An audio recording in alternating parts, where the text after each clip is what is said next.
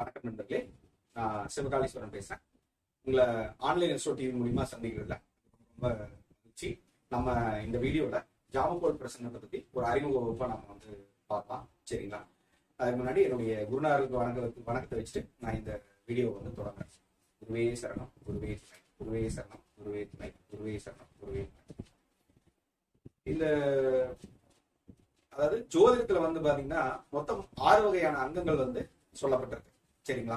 அதுல பாத்தீங்கன்னா கணித்தம், கோலம், பிரசன்னம், நிமித்தம், ஜாதகம், முகூர்த்தம் அப்படிங்கிற 6 வகையான அங்கங்கள் இந்த ஜோதிட சாஸ்திரத்துல சொல்லப்பட்டிருக்கு. நீங்க இதுல பாருங்க, கணித்தம், கோலம், பிரசன்னம், நிமித்தம், ஜாதகம், முகூர்த்தம் அப்படிங்கிற அங்கங்கள் சொல்லப்பட்டிருக்கு. இந்த இதுல பாத்தீங்கன்னா இந்த ஜாமக்கோல் பிரசன்னம் அப்படிங்கிறது, இந்த பிரசன்னம் அப்படிங்கிற ஒரு முறையில வரக்கூடிய ஒரு அங்கம் அப்படின்னா ஒரு பிரிவு நம்ம எடுத்துக்கலாம். இப்போ இந்த ஜாமக்கோல் அப்படின்னு நம்ம பார்க்கும்போது பாத்தீங்கன்னா இந்த ஜாமம் பிளஸ் கோல் அப்படின்னு நம்ம பிரிக்கலாம். ஜாமம் பிளஸ் கோல் அப்படிங்கிறத நம்ம பிரிக்கலாம். இப்போ இந்த ஜாம நேரங்களை பாத்தீங்கன்னா மொத்தம் 8ஆ பிரிச்சிருக்காங்க. 8 கிரகங்கள் இருக்கு. 8 ஜாமங்களாக பாத்தீங்கன்னா பிரிச்சிருக்காங்க. அதாவது ஜாமம் அப்படின்னா நம்ம பிரிவுன்னு எடுத்துக்கலாம். சரிங்களா? இப்போ அந்த அடிப்படையில இந்த ஜாமக்கோல் பிரசனத்துல பாத்தீங்கன்னா மொத்தம் 8 வகையான கிரகங்கள் எடுத்திருக்காங்க. இப்ப இந்த 8 கிரகங்கள் பாத்தீங்கன்னா தான் உங்களுக்கு ஜாம கிரகங்களாக அது சில வகையான பலாபலன்களை பாத்தீங்கன்னா நம்ம சொல்லணும். அந்த அடிப்படையில இந்த ஜாமக்கோல் பிரசனத்தினுடைய மூல நூல் அப்படின்னு நீங்க பார்க்கும்போது சினேந்திர மாலை அப்படிங்கிற ஒரு நூல்ல பாத்தீங்கன்னா இதை பற்றிய விளக்கம், ஜாமக்கோல் பிரசனத்துடைய விளக்கங்கள் சொல்லப்பட்டிருக்கு. அதுல சொல்லப்பட்ட கிரக அமைப்புகள் அப்படின்னு பாத்தீங்கன்னா கதிர், சேய், பொன், மால், புகர், மந்தன், மதி, பாம்பு அப்படிங்கிற 8 வகையான கிரகங்கள் பாத்தீங்கன்னா அந்த ஜாமக்கோல் பிரசனத்துல சொல்லப்பட்டிருக்கு. சரிங்களா? இப்போ இந்த ஜாம நேரங்கள் பாத்தீங்கன்னா 6 to 7:30, 7:30 to 9, 9 to 10:30, 10:30 to 12, 12 to 1:30, 1:30 to 3, 3 to 4:30, 4:30 to 6 அப்படிங்கிற அமைப்புல மொத்தம் 8 வகையான அமைப்புகள் கொடுக்கப்பட்டிருக்கு. 8 வகையான ஜாமத்தை கொடுக்கப்பட்டிருக்கு. அந்த இதுல பாத்தீங்கன்னா ஸ்திரராசிகள் பாத்தீங்கன்னா இது அடைக்கப்பட்டிருக்கு. இதுடைய விளக்கங்கள் நம்ம வகுப்புல நம்ம பார்க்கலாம். சரிங்களா? இப்ப இந்த பாம்பு அப்படிங்கிறது நான் இப்ப பாக்ஸ் போட்டுருக்கு பாருங்க, குறிப்பிட்ட நம்ம சொல்லியிருக்கோம் இல்லையா?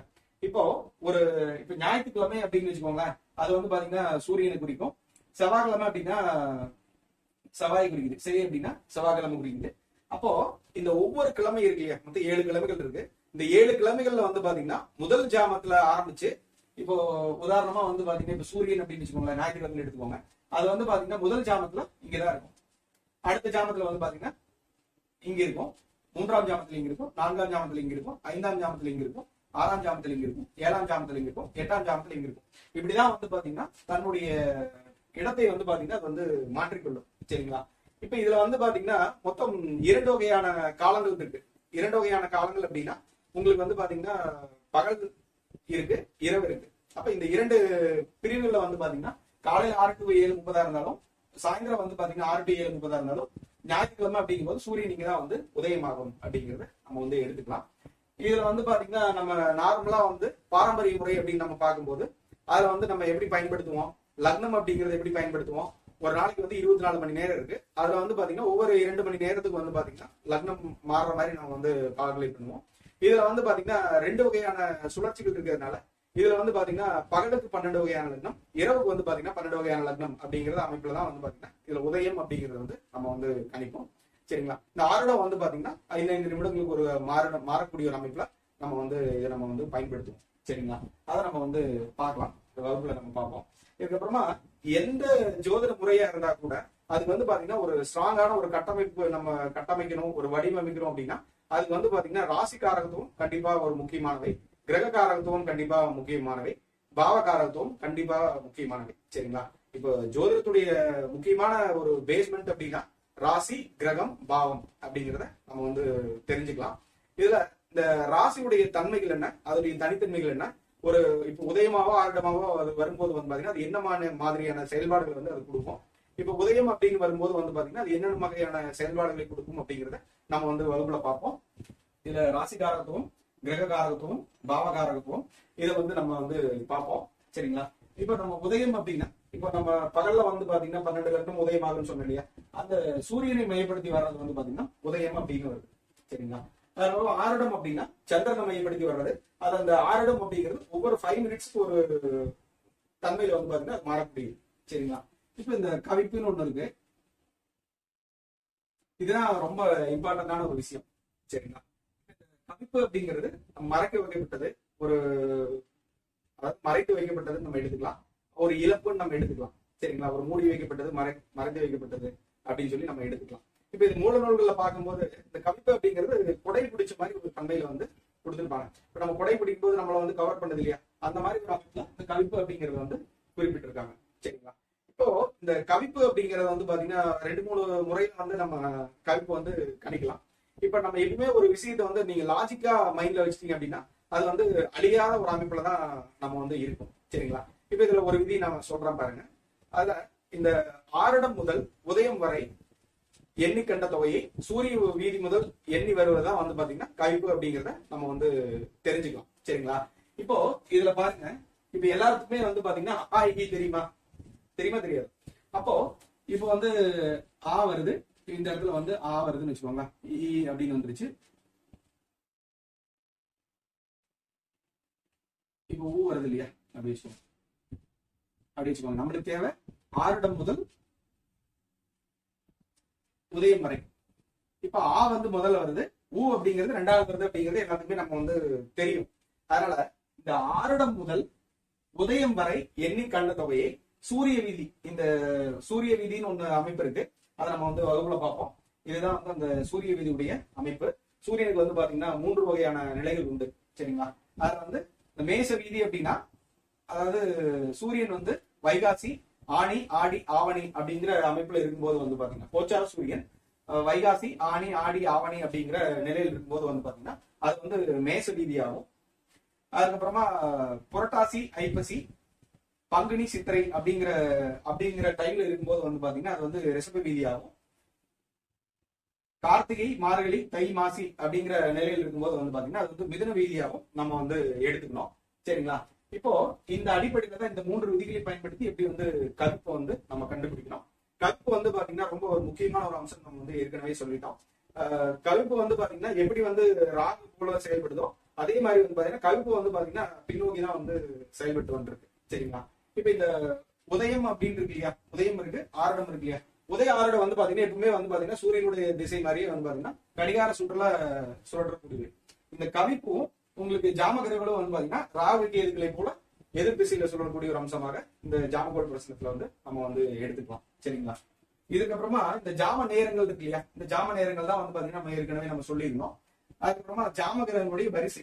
இப்போ எந்த கிழமையில ஒரு உதயமாகிறோம் ஒரு கிரகம் அப்படின்னா, இப்ப வந்து ஞாயிற்றுக்கிழமை அப்படின்னா சூரியன் வந்து இங்க உதயமாக நம்ம பார்த்தோம். திங்கக்கிழமை அப்படின்னா வந்து பாத்தீங்கன்னா சந்திரன் வந்து இங்க உதயமாகும். இதுதான் வந்து உதயம் அப்படின்னு நம்ம எடுத்துக்கணும். அதுக்கப்புறம் செவ்வாய்க்கிழமை அப்படின்னா வந்து பாத்தீங்கன்னா செவ்வாய் வந்து இங்க உதயமாகும். இங்க இருந்து தொடங்கிதான் வந்து 8 ஜாமத்துக்குமே நம்ம வந்து வருவார். சரிங்களா? அப்ப அதை வச்சு ஜாம கிரகத்துடைய வரிசையை வச்சு நம்ம வந்து என்ன பார்க்கலாம் அப்படிங்கிறத நம்ம பார்ப்போம். அதுக்கப்புறமா ஜாமகோள் பிரசனத்தை வந்து எப்படி வந்து அமைக்கிறது அப்படின்னா, இப்ப இந்த ஜாமகோள் பிரசனத்தை வந்து நம்ம இந்த கிரகம் எந்த ஜாமத்துல வர்றாங்க, எந்த டைம்ல வர்றாங்க அப்படிங்கிற பார்த்து அதுல வந்து உதய ஆரம்ப கவிப்பு மற்றும் ஜாம கிரகங்கள் அமைச்சு நம்ம வந்து என்ன பண்ணலாம், அமைக்கும் முறை அப்படிங்கிறத நம்ம வந்து பார்க்கலாம். அதுக்கப்புறமா அந்த ஜாமகோள் பிரச்சனை அமைச்சிட்டோம், அதை வச்சு நம்ம வந்து எப்படி பயன்படுத்தணும், என்ன விதியில வந்து பயன்படுத்தணும் அப்படிங்கிறத நம்ம இந்த இதை பார்ப்போம். அதாவது ஒருத்தர் வந்து கேள்வி கேட்டா எந்த மாதிரி நம்ம வந்து பலன் உள்ள பார்க்கணும், அல்லது கேள்வி கேட்காதீங்க நம்ம அவங்க என்ன கேள்வி அவங்ககிட்ட நம்ம கேட்கணும், ஒண்ணு நம்ம கேள்வி கேட்கணும் இல்லாட்டி அவங்க கேள்வி கேட்கணும், அப்படின்னா தானே பதில் வரும். அப்ப அந்த அடிப்படையில வந்து பாத்தீங்கன்னா அவங்க கேள்வி கேட்டா எந்த மாதிரி பிரச்சனத்துல பார்க்கணும், நம்ம வந்து கேள்வி கேட்கறோம்னா எந்த மாதிரி கேள்வி கேட்கணும் அப்படிங்கிறத இந்த பிரச்சனை முறையில வச்சு நம்ம வந்து எப்படி பாக்குறது அப்படிங்கிறத நம்ம வந்து பார்ப்போம். அதுக்கப்புறமா இந்த கல்வி, வெளிநாடு, இப்ப நம்ம பொதுவா கேட்கறாங்க இல்லையா, என் பையன் படிப்பானா அப்படிங்கிற மாதிரி அவங்க கேட்பாங்க இல்லையா, அந்த மாதிரி ஒரு சமயத்துல திருமணம் வந்து எப்ப நடக்கும், திருமணம் எப்படிப்பட்ட பெண் வருவாங்க, அல்லது எனக்கு ஒரு நிச்சயம் ஆயிருக்கு இந்த பெண்ணை வந்து நான் திருமணம் பண்ணலாமா, அதுக்கு வேற ஏதாச்சும் இடைஞ்சல் வருதா, அந்த மாதிரி வந்து பாத்தீங்கன்னா இதே மாதிரி எல்லா வகையான கேள்விகளுக்கு வந்து பாத்தீங்கன்னா இந்த கிரக காரகத்துவத்தை வச்சே வந்து பாத்தீங்கன்னா நம்ம எப்படி வந்து பலன் எடுக்கலாம் அப்படிங்கிறத நம்ம வந்து இதை வச்சு நம்ம பார்க்கலாம். இந்த விதிகளை பயன்படுத்தி அந்த விதிகள் மாறாம நம்ம எப்படி பயன்படுத்துறது அப்படிங்கிறத நம்ம வந்து தெரிஞ்சுக்கலாம். சரிங்களா? அதுக்கப்புறமா அந்த காரிய சித்தி விதிகள், காரிய தடை விதிகள். இப்ப ஒரு காரிய சித்தி ஆகணும், இப்ப அவங்க வந்து கேட்கறாங்க அப்படின்னா அந்த காரிய சித்திக்கு உண்டான விதிப்படி இருந்துச்சு, அந்த ஜாமகிரக வரிசை இருந்துச்சு அப்படின்னா, ஜாமகிரகம் அமைஞ்சது அப்படின்னா உங்களுக்கு கண்டிப்பா வந்து 100% வெற்றி அடையும், கண்டிப்பா வந்து பாத்தீங்கன்னா நீங்க சக்சஸ் பண்ணிக்கலாம், நீங்க 100% செய்யுங்க அப்படின்னு சொல்லிடலாம். இப்ப அந்த மாதிரி இல்லாம காரிய தடைக்குரிய விதிகள் என்ன அப்படிங்கிறதையும் நம்ம வந்து வகுப்புல பார்க்கலாம்.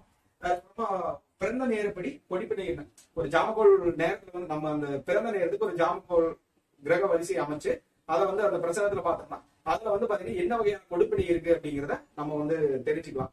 இப்போ இது எந்தெந்த இடத்துல பயன்படுத்தலாம் அப்படின்னா, இப்போ ஒருத்தவங்க வந்து கேட்பாங்க, அதாவது இப்போ ஒரு எனக்கு வந்து பேரன் பிறந்திருக்கான், எங்களுக்கு வந்து எப்படி இருக்கு, அவங்க அம்மாக்கு எப்படி இருக்கு, அவங்க அப்பாக்கு எப்படி இருக்கு அப்படிங்கிற மாதிரி அவங்க வந்து கேட்பாங்க இல்லையா. அந்த மாதிரி ஒரு நேரத்துல வந்து பாத்தீங்கன்னா இந்த பிறந்த நேரப்படி பொடிப்படை என்ன அப்படிங்கிறத நம்ம வந்து தெரிஞ்சுக்கலாம்.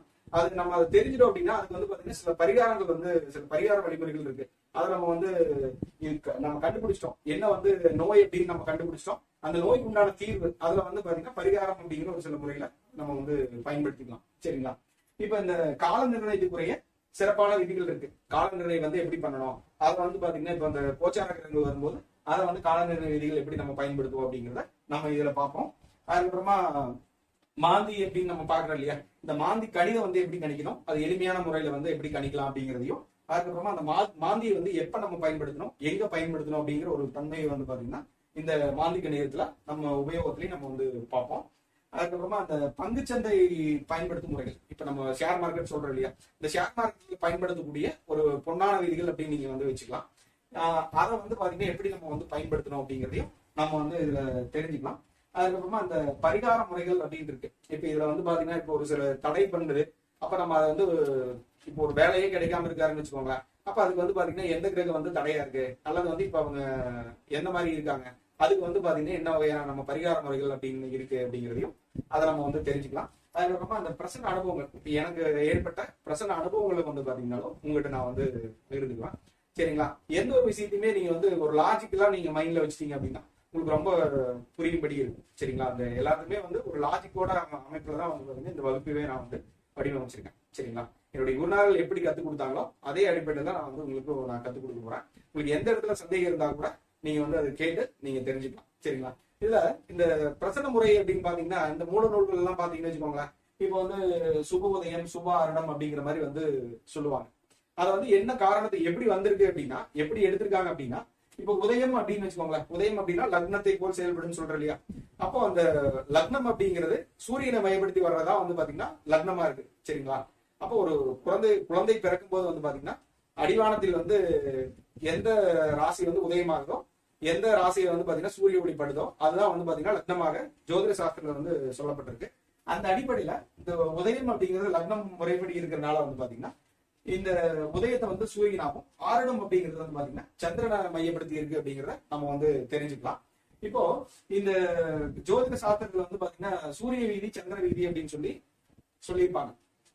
இதுல வந்து பாத்தீங்கன்னா இப்ப இந்த ராசிகளுக்கு வந்து பாத்தீங்கன்னா ஒவ்வொரு கிரகங்களுக்கு வந்து பாத்தீங்கன்னா வீடுகள் அமைந்த விதம் அப்படிங்கிற ஒரு அமைப்புல வந்து பாத்தீங்கன்னா இந்த சூரியன் வந்து பாத்தீங்கன்னா ஒவ்வொரு கிரகத்துக்கும் ஒவ்வொரு வீடா கொடுத்தாரு, சந்திரன் வந்து பாத்தீங்கன்னா ஒவ்வொரு வடிவத்துக்கு ஒவ்வொரு வீடா கொடுத்தாரு அப்படிங்கிற அடிப்படையில அவங்க ஜென்ரலா வந்து சொல்லி வச்சிருப்பாங்க, ஒரு புரிதலுக்காக அவங்க வந்து சொல்லி வச்சிருப்பாங்க. அப்போ இந்த சூரிய வீதி அப்படின்னு இல்லையா, அதாவது சிம்மம் முதல் மகரம் வரை வந்து பாத்தீங்கன்னா சூரிய வீதியாகும். இந்த அதாவது கும்பம் முதல் கடகம் வரை இருக்கக்கூடியது வந்து பாத்தீங்கன்னா சந்திர வீதியாவும் நம்ம வந்து எடுத்துக்கலாம். சரி.